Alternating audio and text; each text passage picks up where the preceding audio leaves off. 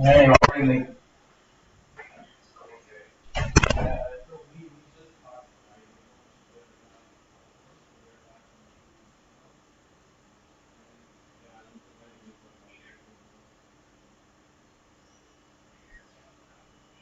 Yeah, it's on the Zap Protocol. When you join the link, we will be live. No, no, right now, right now. And they are waiting already, I think 60, 70 years. I put it here in the chat. Okay. We are waiting for it there.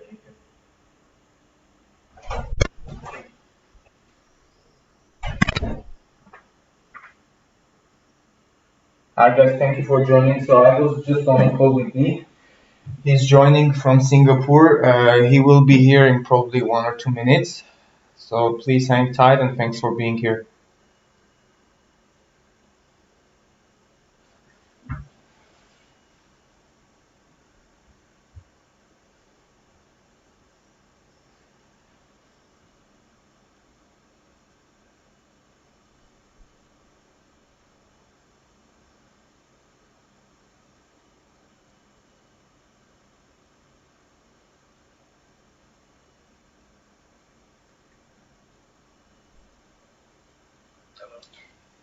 Hey Nick, thank you very much for joining.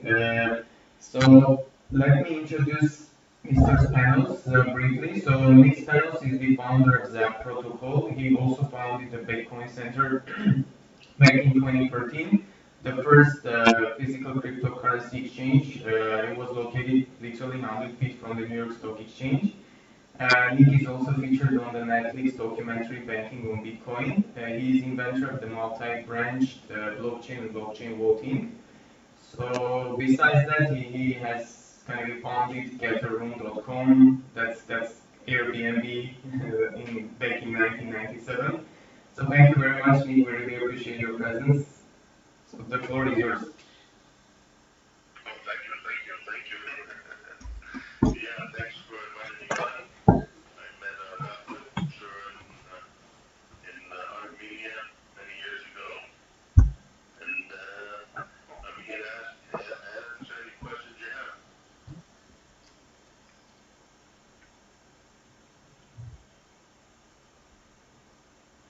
Vahid, thanks for joining us as a speaker. Do you have a question? I just wanted to know if somebody wants to go and build something upon Ethereum, if they want to do a startup or maybe do an application, how do somebody that doesn't have a tech background, what type of person do I need to approach, or what kind of qualifications do individuals need to have to work with us on this project? Because I've been hearing a lot of people saying Haskell is the language, but I'm just doing my preliminary research. No, Haskell is for Cardano. There are a lot of Ethereum programmers. It depends what you want to build. You know, there are a lot of people who probably think they're, that promote that they code in any of the cryptocurrency platforms, but sometimes they don't. So you got to be careful. And this individual that we're looking for is to be able to build it on Ethereum, and that's the type of programmer I'm looking for.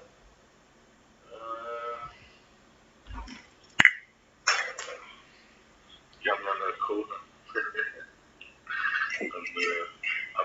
I got off COVID and I'm a little groggy. Solidity, I'm sorry, Solidity. They have to code in Solidity to make smart contracts in Ethereum. Haskell is Cardano. I've been hearing a lot about Cardano also too, but I'm good at the marketing side of it, but I just didn't have the technical background, so I've been doing a little bit of research on what type of individual do I need to partner up with, or what kind of a development team am I going to need? Because whenever I go to these different websites and tokens and different things, blockchains, I see these people with a lot of credentials in front of their names, and it's a little bit intimidating because all of them work for Google, Apple, Microsoft, and I was looking for someone not that high tech, so if you could bring the idea to the marketplace in the first stage, and then possibly then move it to bigger individuals. So any input would be appreciated. Yeah. Well, Google, Facebook, if they work there, it doesn't matter. That doesn't mean they know anything about cryptocurrency.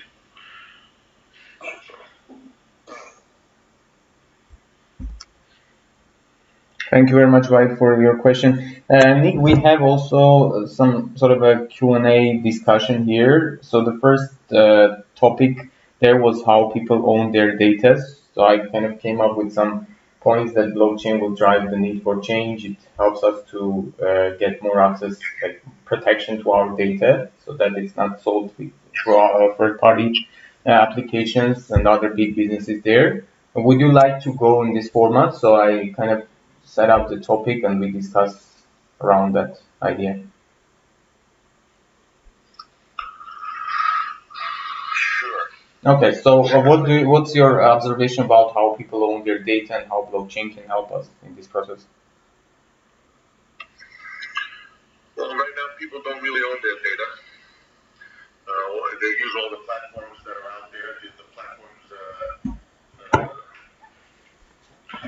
try to serve the sense that they own the data. So people do not own their data right now. Okay. So in the future, at least, Europe, they've made strides and people not being able to sell your data or make your data available, which is a step in the right direction. And in the States, they have a very intricate medical records data on yourself, but all that's gone out the window with COVID. Now, anyone can ask you, and you have to produce papers for if you have a vaccine, so that's your medical records. Pretty soon they're going to have that maybe tattooed on your forehead. Yeah, so it means kind of with COVID data and the transparency is somehow gone, right? Because of the COVID information, it's gonna be more deliberately available, right? That's the point. Yeah, it looks that way. Okay, so pretty. You know, so that's probably that's a violation of the HIPAA laws. They have to update HIPAA laws to make the COVID stuff available. Okay. I guess. Yeah, sounds great. And Nick, I know that you also have a great experience with Oraclization. You are basically one of the pioneers in this movement. Came up with a lot of patented terms, which is really exciting. So, what are your observations about how can we basically Oracleize this world? Just not to be that kind of pathetic, but what's kind of your idea for the future? Well, there's networks that people validate data. So in a smart contract, you really need the ability for the data to be smart contract palatable, which I think means that the data is correct and there's no man-in-the-middle attack and there's no screwing around with the data. It's checked 100 different ways, and people are guaranteed data. So, meaning there's money behind like let's say you want the price of a certain cryptocurrency or a certain stock to be utilized in a smart contract, which is an automation, which allows something to happen without the human involved. So, without one person or someone, an authority or something involved. So you want decentralized data that's guaranteed. So through our Oraclization platform, Zap Protocol, we have a multitude of ways where we have tools where people build their own consensus mechanisms with data for consensus mechanisms for data, which allow people to believe to a certain extent how reliable the data is, and no one's changing it, so they can because this data is used to launch trades in stock market or in cryptocurrency. So to launch these trades, you want to make sure that the data is correct, and that someone who has a bigger trade doesn't go in there and screw around with the data so he can swipe all the money. So I think this area is growing. People are understanding why they need data, guaranteed data, guaranteed decentralized data. So we have different ways which we make that a reality. We're coming out in a couple of weeks. A part of an addition to our platform where people they pool money to become one of these data oracles, and so they guarantee their information with the money that they put in a smart contract, and thereby when people buy the data, they get paid on that data. Also, we use bonding curves for the initial offering of that data source, and all these different data sources. Pretty soon, the whole world is going to have decentralized data sources for all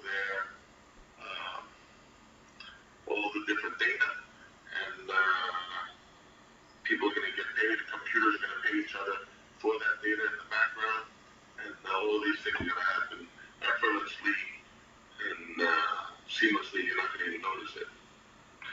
So it's going to happen soon. It's happening as we speak. Sensors are going to give data. So, well, yeah. People figure out, quants will figure out, if a trade should happen, or they might put an automated trade in the smart contract to wait for certain things to happen while reading data sources from around the world, triggering financial events. It's really amazing because I personally know and believe in Zap myself. Just for the audience to keep it more simple, basically you can oracleize anything, right? It's just like the data points are as blockchain triggers registered on through smart contracts. So let's say even like any specific event, right? Some anything that triggers action can be oracleized through Zap protocol, right? Just confirming for our audience. Sure. Okay. Yeah, we have a thing that reduces the pipe of the Twitter pipe, the data pipe from Twitter, and any search phrase can be oracleized, and but that's just one data source, of course. So any data source that you can think of, someone can oracleize. Sounds fantastic, Nick. If someone needs it, they don't need it. If they don't need that data, then it's not, you're not going to be able to sell it. Okay, sounds fantastic. And Nick, I also know that you are author of multiple patents. So one of them is related to multi-branch blockchain with configurable protocols. So where we are in terms of that kind of, is it moving like back then when you patented the paper? So what are your observations about this? Yeah, well, we see it every day now. But back, when we did it, it didn't exist. But at one point, I had 30% of all the blockchain patents in the world. Wow. And patents depends what you do with patents. So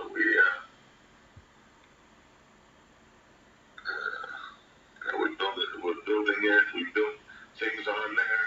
We built the voting machine, paper ballot, blockchain voting machines.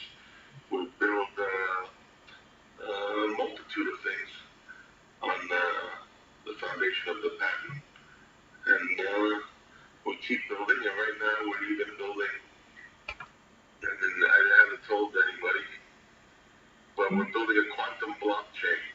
Wow. Oh my God. On that patent, yeah. And they're using the same pattern, right? That you earlier. Wow. It's fantastic. Because the different states, when you use a quantum repeater, you can't duplicate. So anyway, it's I can't say much. I don't think. That's fine. Yeah, that's fine, Nick. So I know, like you have zillions of ideas.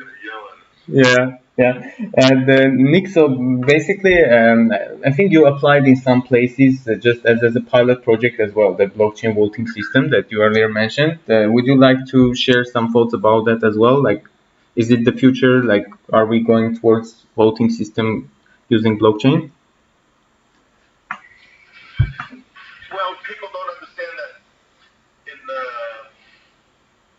voting, everyone is invested or vested in the voting process. Even the 90-year-old person who doesn't even know, hasn't even used a computer, he still walks over and he votes.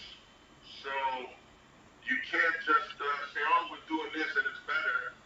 Everybody has to understand how the votes are counted, or else it's not really an election. It's Exactly. So that's the situation we're in right now. The way we see it is everyone has to take part of the voting. Everyone has to know how it all works. So you say, "Oh, blockchain voting," people might not know what that means. So our system is a paper ballot blockchain voting system, which means people can take their at the end, even though it went through the scanners and it left immutable messages, immutable information on the blockchain.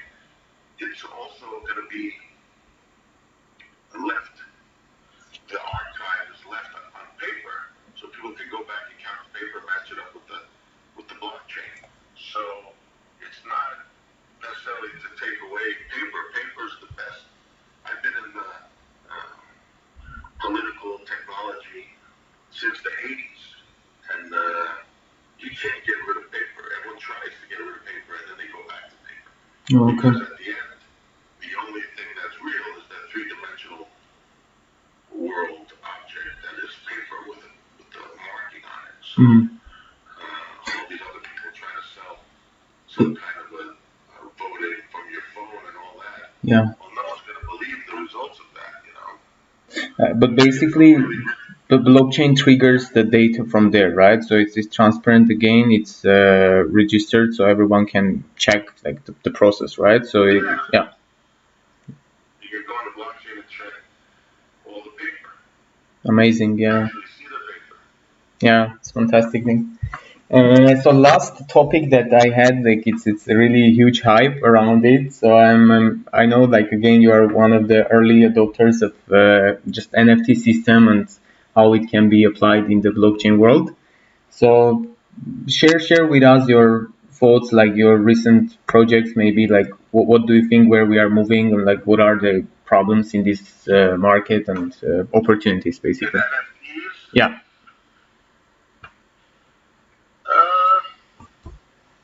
Well, I don't believe that taking a picture of a painting and saying that is worth $1 million, whatever. I don't believe in that, because you can take a lot of pictures of that painting, and you can make a lot of NFTs with that painting.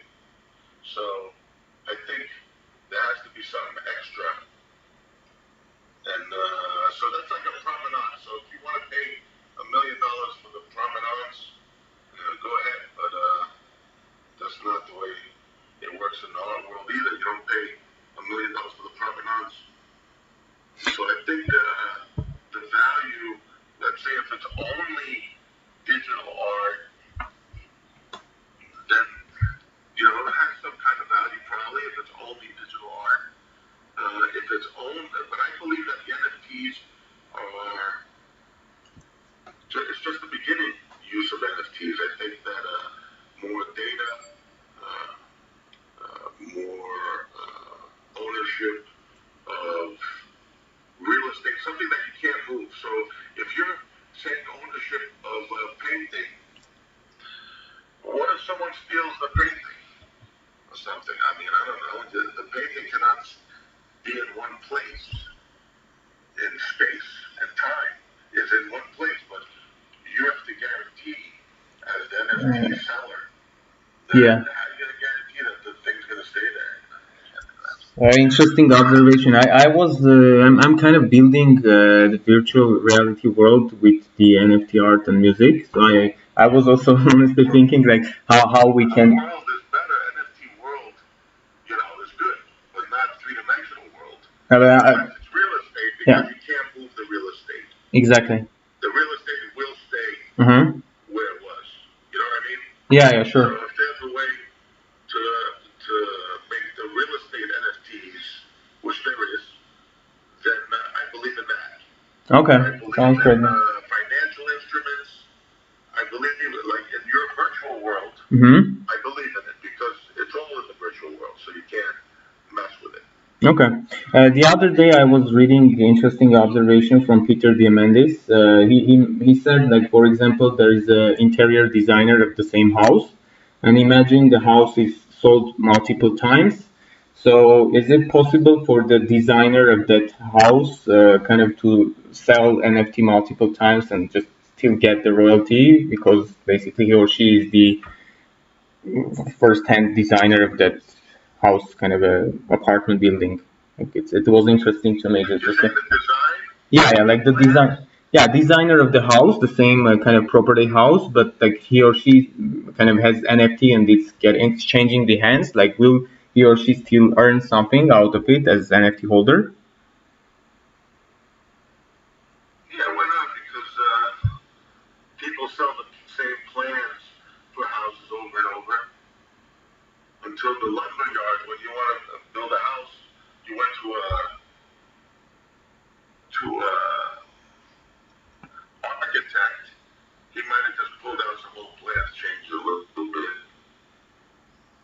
Okay. But you can go to a lumber yard and buy house plans, and they give you they'll sell the same plans to you for like $500. Mm. Sounds great. Sounds great.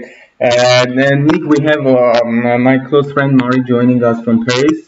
So she has basically she owns a property. It's a big property in Cameroon, and like it has also kind of a hotel and the surrounding area. So she's trying like to find also investors for creating affordable houses for poor people in that area.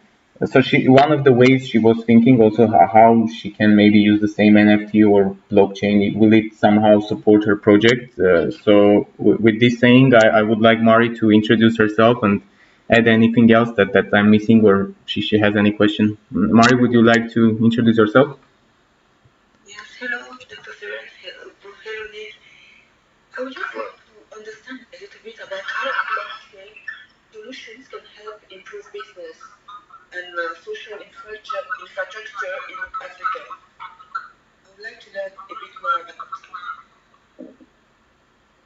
Well, there are many ways you can do it. I mean, first of all,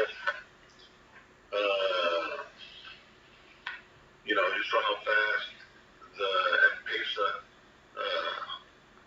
spread in different areas of Africa and Kenya and stuff, which was digital credits for phone calls became currency. And I remember I was in Nairobi, and the cab driver asked me what I was going to do with the phone that I bought in Nairobi. And I said, I don't know. He goes, why don't you give it to me? So they're right, do you have any minutes? So they use the minutes for currency. So of course, cryptocurrency can work as currency. You can get loans, maybe from people. You can create the market somehow in the world. You can create probably, I think, a great way to make money in Africa would be to sell carbon credits. I believe. I mean, there's a lot of undeveloped land. You say, well, this is undeveloped land. You just got to prove that you're not going to develop it. But you can do so many things with cryptocurrency. I don't know where to even begin. I think governance, transparency in governance. I remember the Zimbabwe dollar turned to nothing, and I think I have a $1 trillion note, which was worth 78 cents because of hyperinflation. Because people, the leadership of different countries can print as much money as they want, and that's what happened in Zimbabwe in 2005. And I think there's ways to make a lot of it. You can oracleize coffee, weather for maybe coffee traders. If you're in Ethiopia, you can oracleize the weather there, the soil samples, and sell that to traders in the Chicago Mercantile Exchange as oracles. I mean, there's so many ways to make money in Africa and use the technology. You can, governments, if they want to implement it, they can implement a new way to record deeds on the blockchain because somehow, there's disputes over the papers at the time they're recorded because of forgeries. And if it's not on the blockchain will have a immutable timestamp on the document to better be able to go over whether it's a forgery or not. In many ways to use blockchain in Africa, and usually blockchain is there to keep our overlords from being able to bamboozle us. Thank you very much. You seem optimistic about the future. Thank you. Well, Thank you very much, Nick. It's up to us. The future is up to what we do.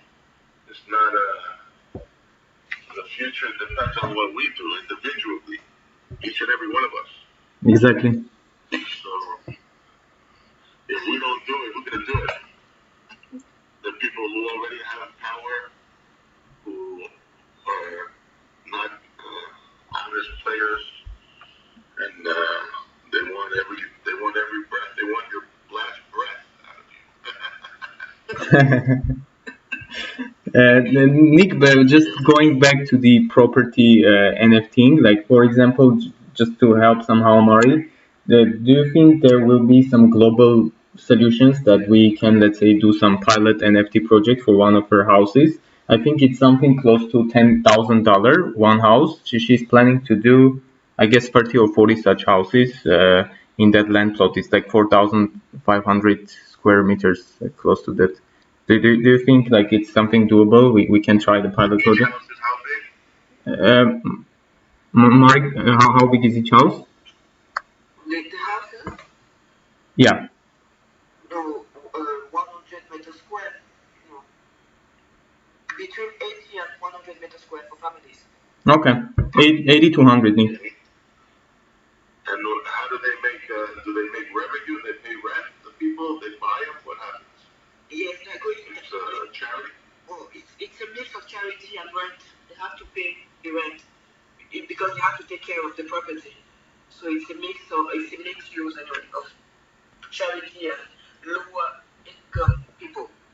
So they will pay tenants. Take care of the house. Yes, they take care of the house. Usually owner. If you're an owner, you take care of the house.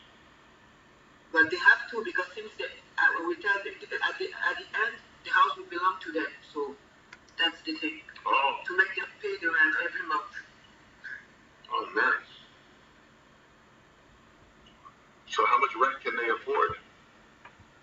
I say dollar. You can save $50 per month. That's the problem.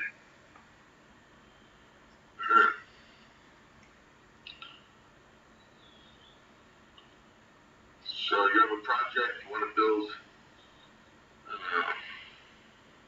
40 houses at $10,000 a house, and it's $50 a month. Yes, that's it. $50 a month.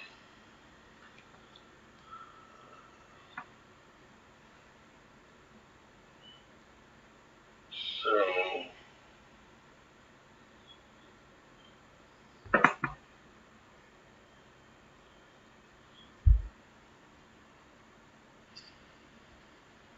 how much do the houses cost there now? They must cost less than $10,000.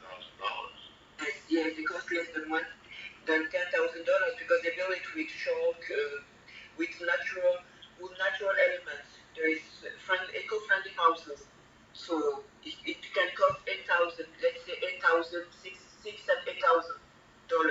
I'm saying the houses that they live in now. Oh, they are living in slums. They're living in poor houses. They have to pay to live in that houses. That's the issue. And how much do they pay that? They pay quite the same amount. So when they tell them that they're going to stay in eco-friendly houses, in better houses, and pay the same amount, they don't just realize because they don't have the opportunity to have houses. That's the problem. Yeah. I think it has to be a part charity because the price of the house is too much for the $50 a month. Okay. Right? Because if $50, it's going to pay that $600 a year. In 10 years is only $6,000. So in that part of the world, you probably get your money back in 2 years from rent, correct? That's it. Yes. So you gotta lower the price. Okay. Like 30, 40, right? $10,000 too much for the house. Oh, okay. You gotta lower the price. The price to build a house. Okay. Yeah. Yes. Okay. Because you should be able to get 3 houses for that price. Okay. Yeah. Okay. I understand.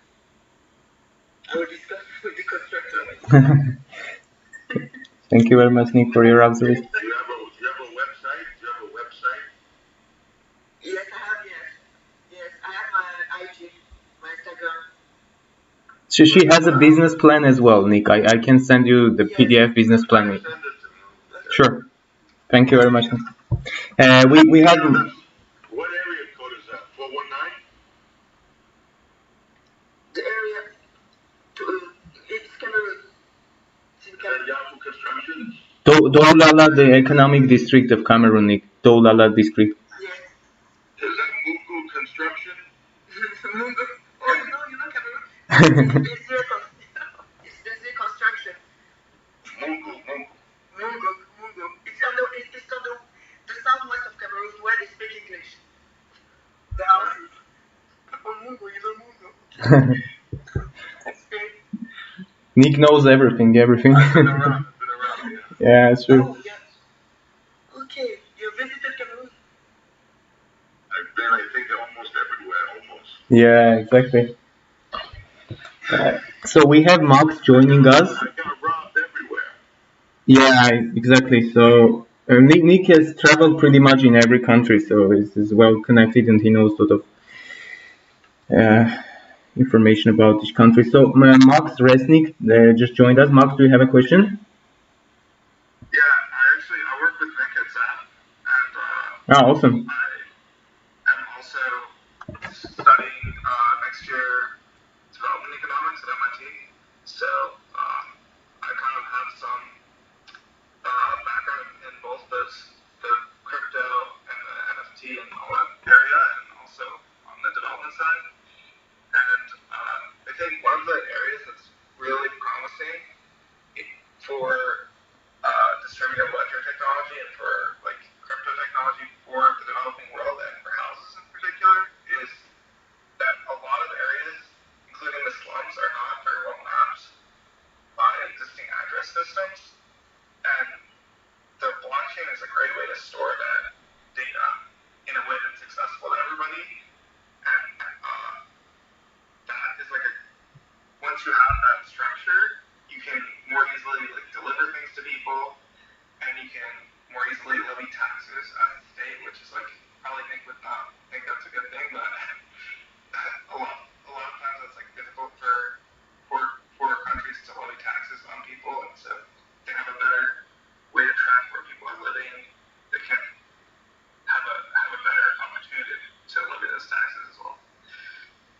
Interesting observation, Max. Thanks for bringing your point of view. How's it going, Max?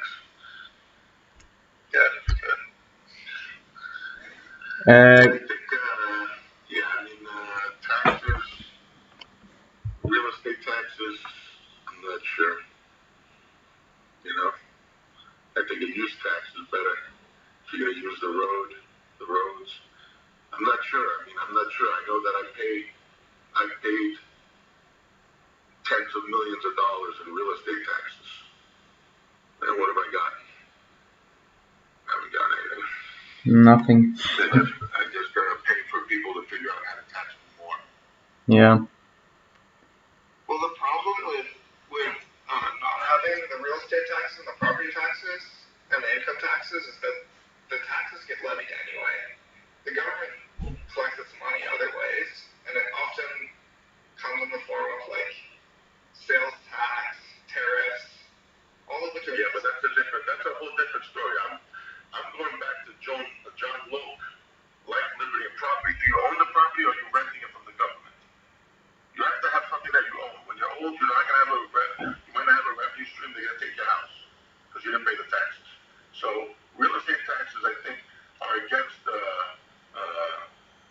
property ownership. Ownership of property. Do you own the property or not? Should you get taxed on what you own or what you make? I think slavery was abolished.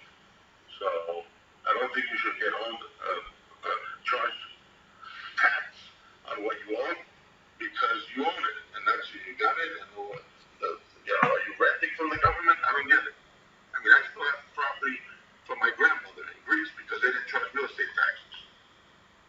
In the States, if I had gotten that property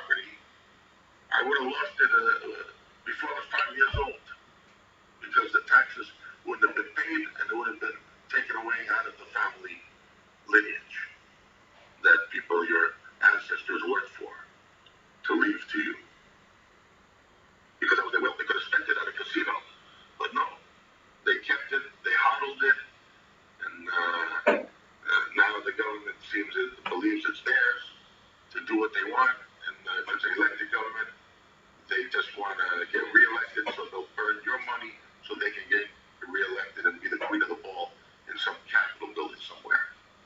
I think the whole system's fucked. What do you think, Max?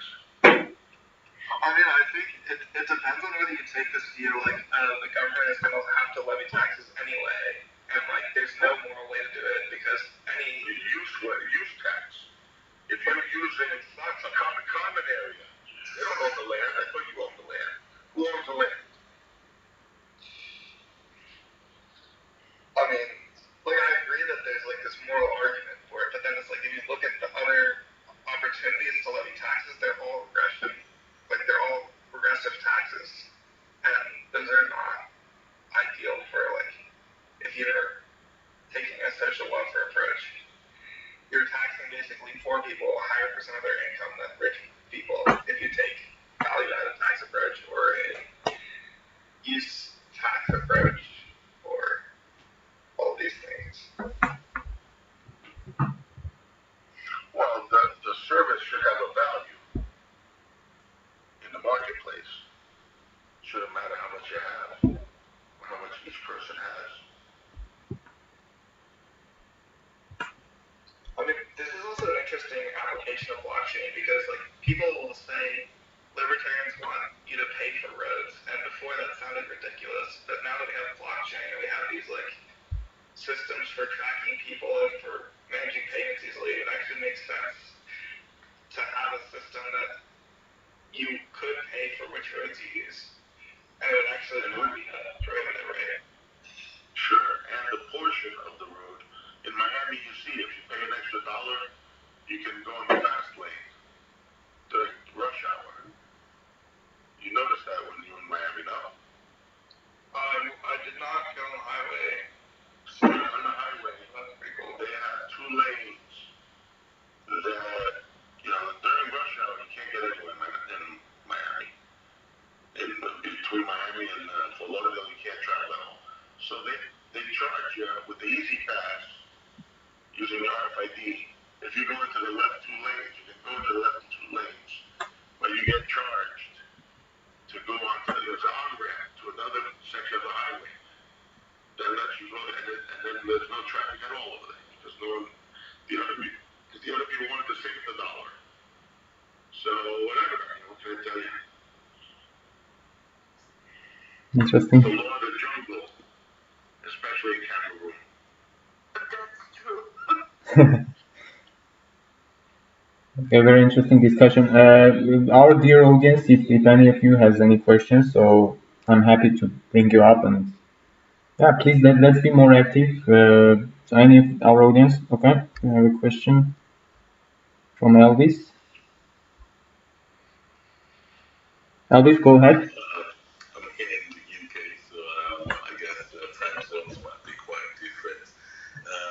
Listening in on Nick here, good nuggets you dropping off for also here. And just to have a fair knowledge of my space, actually, as I am correctly, and also just what you just mentioned with like the I-95 and in Florida, I think some try to save a buck to avoid this and that. You actually see where there's a difference also being made by people using the fast track or the fast lane. In this case, long and short, I'm looking at within my space. I'm trying to develop an e-commerce, should I say, business or platform surrounding or trying to bridge the gap within the African market to the Western market. As it currently is, being in the UK, we left the European Union last year, Brexited, as the case would be, and a lot of trade deals are ongoing as I speak, and I've been privy to be in part of these discussions, how to, bridge the gap, so to say. And I'm trying to, that was what really prompted me into getting into the e-commerce space. And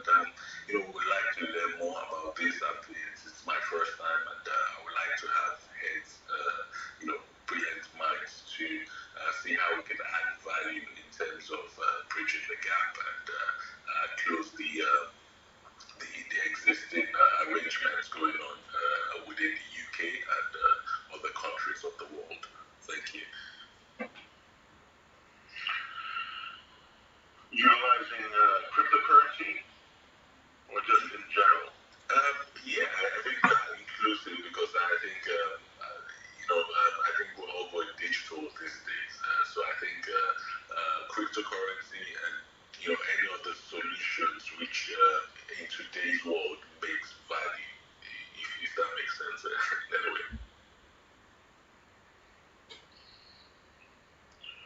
Well,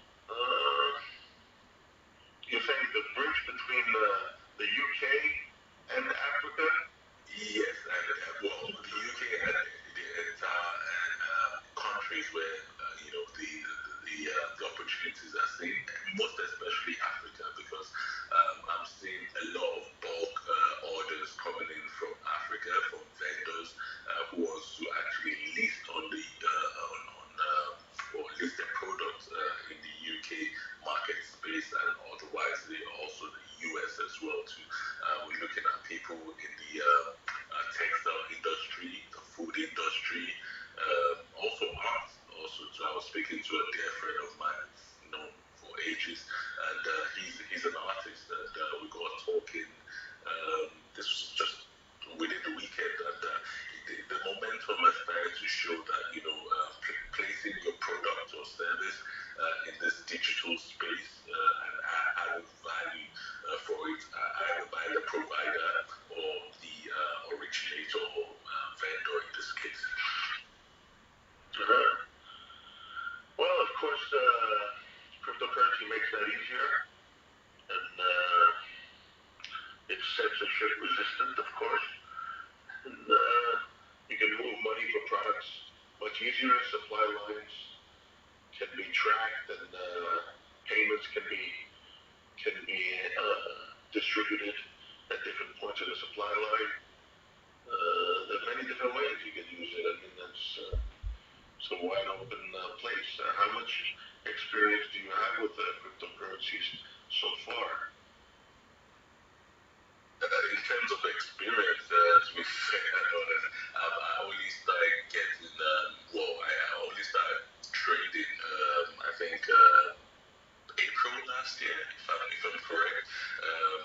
Initially, I got the offer for the Bitcoin years ago, but it never stuck in. But I think aggressively, I've been actually dabbling into the crypto world and digital currencies since last year, which obviously has given a bit more insight.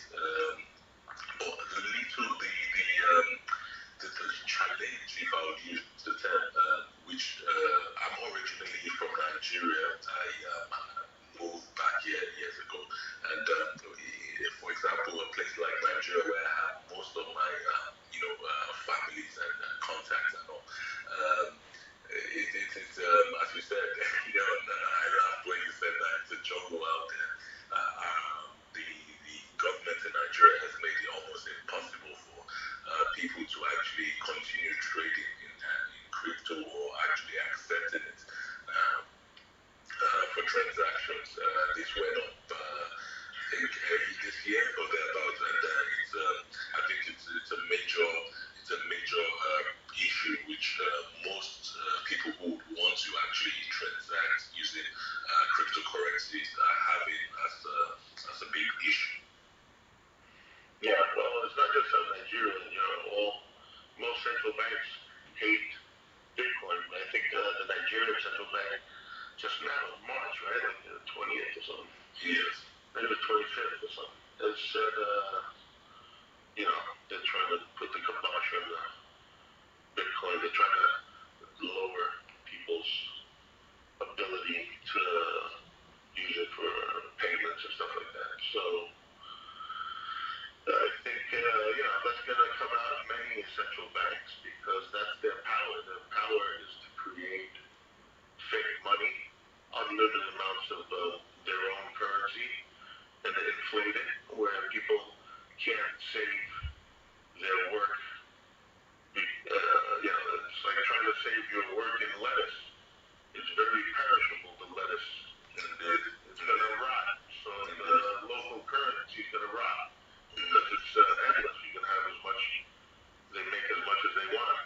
So they make as much as they want so they can preserve their seats in government. And that's exactly. Oh, you're speaking to my soul.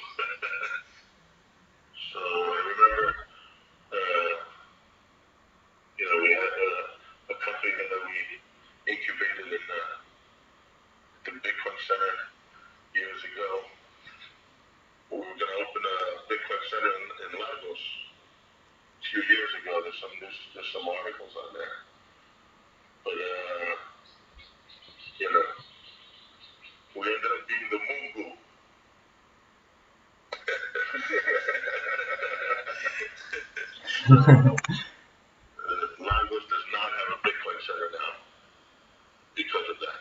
So maybe Max, would you like to answer this gentleman? This is pretty much your field now, no? Yeah, I guess so. I think, like you said, like cryptocurrency is pretty censorship resistant. And so even in the most authoritarian regimes, like in Venezuela, the U.S. actually uses a stable coin called U.S. dollar coin to send money to the opposition in Venezuela. So, like, even when the government is completely against these currencies, like, they can still infiltrate and still be useful. I mean, a lot of places tried to ban the use of the U.S. dollar before crypto came around, and didn't want them to be supplanting their own central bank currency for the reason that Nick just mentioned, so that they could keep printing money and stealing from people by inflating the price of their currency. So it may be that Nigeria and I think Turkey has also recently banned it just last month, and other places. Like, it may be that they're just going to be unable to enforce this permanently, and that's kind of where I think it's going to be. Is that in 2 years they're going to lift the ban because they're going to say we can't enforce it. Yeah, they show their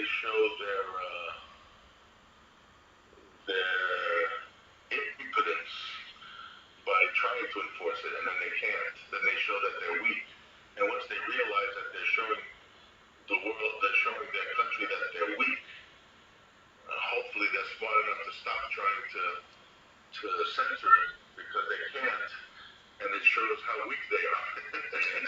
Indeed, because it's almost like they keep trying to move forward one step and like 10 steps back again. It's crazy. Yeah, I remember we gave all our old Bitcoin mining machines to anyone from Venezuela for many years. So we gave all these Venezuelans our mining machines, and some of them are very well off right now, and they thank me all the time. And also, Wow. I remember we had a couple kids that wanted to create a currency that challenged the bolivar, and so they wanted us to help them out. And, so we helped them out, and then the government, they want me to come in, and the kids wanted me to come talk at the university. So I said, sure. When we got there, the government was waiting on the tarmac for us. And we ended up being guests of the government unknowingly because the government took over the project. Wow. Yeah. And so we,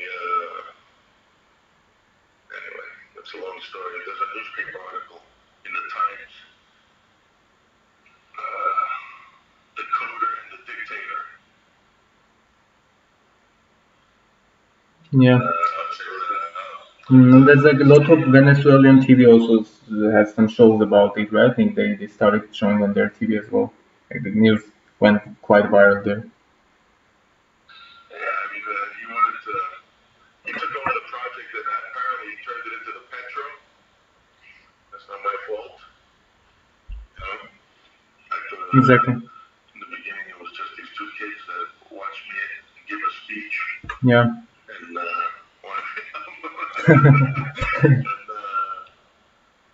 but then he wanted it redeemable in oil. Yeah. And he said oil in the ground. I said no one believes you're going to give him any oil if it's in the ground. I thought I was going to get shot. For 5 minutes, he explained to his people why I was wrong. Okay. But the idea there was also to give power to the locals, right? So it's not just the blockchain on the. No, listen, I knew that Maduro was making a mistake. Of course. Because he was going to teach people what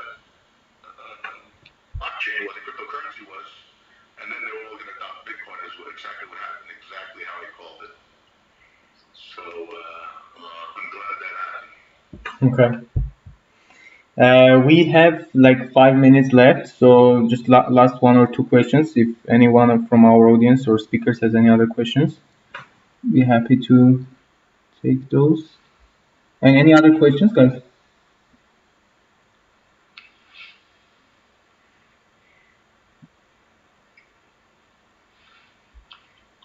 That many? Oh my god. It must have been pretty Yeah, I think maybe just the time difference. So mostly I like, guess. yeah, I think it's. What about Max? Max, do you have I last got question? one for you. I got one for you next. All right. What's the lifespan of Bitcoin? When is Bitcoin going to be worth zero? Well, it's never going to be worth zero. I think she's going to keep going up, and she's going to hit $600,000 for sure. And I don't know where it goes from there, but she's going to be hovering around $600,000. That's what I believe. What's the projection spending? Like, when do you believe we will reach that number? Well, I don't know. All the forces are trying to smash it so that they can buy some themselves, or they're just trying to smash it because they don't have any. But I think Bitcoin's going to be $600,000 each. Oh, Because fantastic. parity with gold, and I think these people are clearing where gold was clearing. First of all, it's going to be worth more than parity with the gold market. I'm saying it's going to be more than that because they clear using different Bretton Woods mechanisms that exist also. So all that stuff can disappear. People, the governments, companies, banks can all clear their transactions once a day in their Bitcoin, or even while the transaction happens, it can happen simultaneously with Bitcoin. So I think it's happening already. That's what Bitcoin is used for, big transactions.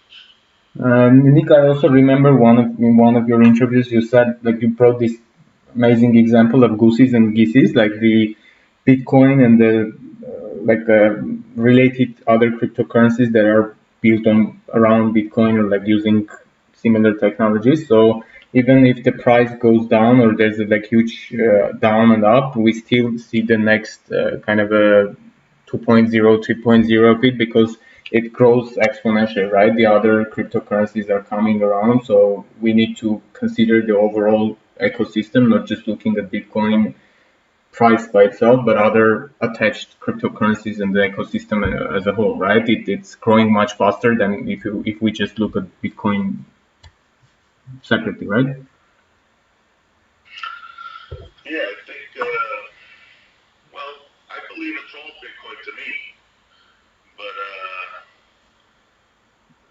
that's only the good projects, and Bitcoin pretty much very similar in my mind, except Bitcoin, you know, is the most powerful network, and it's going to evolve. So there'll be more transactions, more throughput, and smart contracts are going to be built on Bitcoin, and all these other guys, the power of the other systems, except for Zap, of course, because we deal with oracles, which Bitcoin's going to need. So, or else I wouldn't have built that network. I wouldn't have built the challenger to Bitcoin because you can't really challenge it. Yeah. But, And Nick, just to summarize our today's wonderful discussion, I would honestly like your personal words, like two words, just generally about that project. I think you can tell the most simple way so audience knows, and I'm sure like most of them will be interested. Just read or follow your pages as well. So. well, I think that I was an very early adopter of Bitcoin and many other, the internet, of computers. I built a computer in 1978 with a soldering iron. It was a Heath kit you bought in the mail. You got all the parts. You had to solder it together. I wrote operating systems for it. I room.com. I built, which was an early Airbnb. I built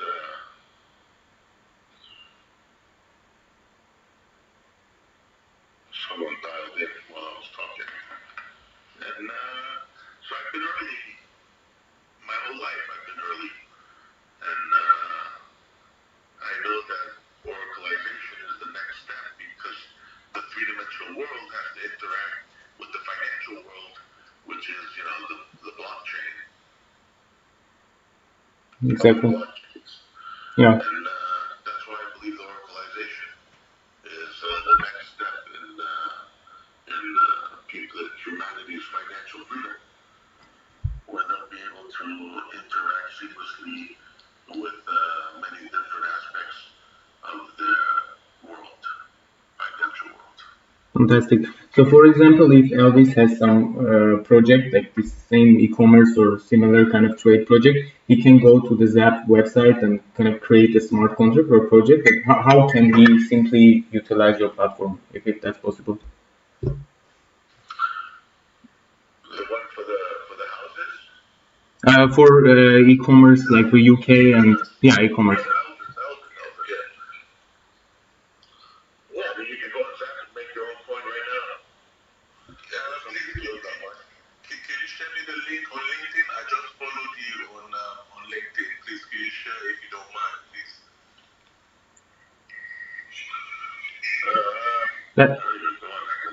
Let me find Elvis. Oh, okay, I have your Instagram, Elvis. Let me quickly. Yeah. I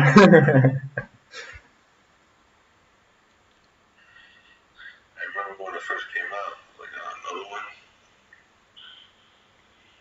But yeah, I think it's flourishing now. Yeah, they created multiple projects around it, Nick, like trying to charge for different options, like limited your free usage and started charging more and more basically.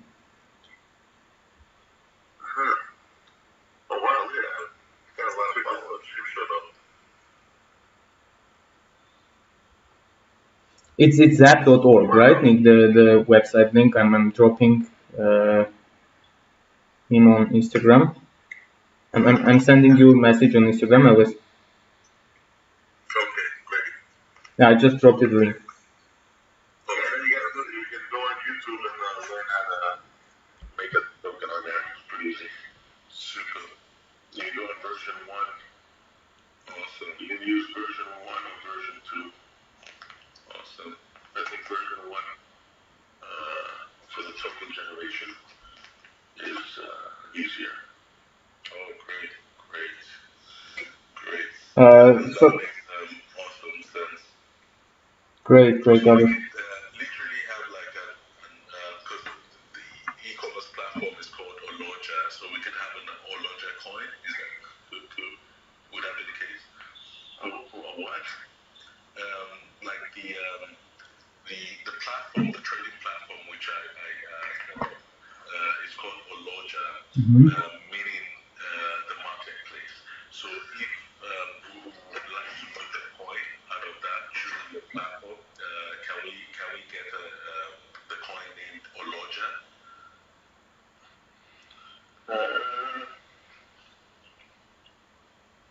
I think that's too many characters. Oh. I think you can name your coin that and then have like a ticker which is slightly shorter than that. Sure. Okay, I see. So OLJ or something. OLJ. But just make sure to check out the legal situation because like if you're in the US, it's illegal to launch a token, so just make sure that you check that out.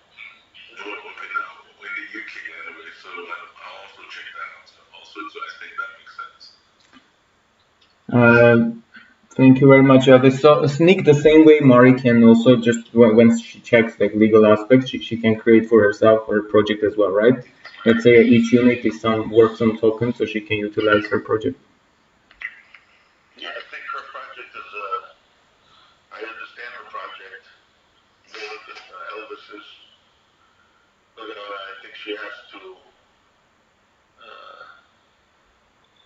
Since it sounds like a non-profit, endeavor, she has to figure out how she's going to do that. So I think, people make donations, and if you make the donations on the bonding curve, which we still have on version 1, and people like what you're doing, then the price of it goes up. If they don't like what you're doing, the price goes down. So there's a whole big Interesting. philosophy around the economics of non-profits. Sounds great. Sounds great. Thank you very much. I think we are pretty much done. So wrapping up, it was really amazing having you today, Nick. I know you're very busy traveling a lot, so thank you very much for your precious time joining us today. It was really exciting to have you. Thank you. Thank you, Nick. Thank you for the insights. Thank you, everyone. Thanks to our speakers, our audience. Thanks, everyone, for joining us. Pleasure to have you. Thank you. Goodbye, guys.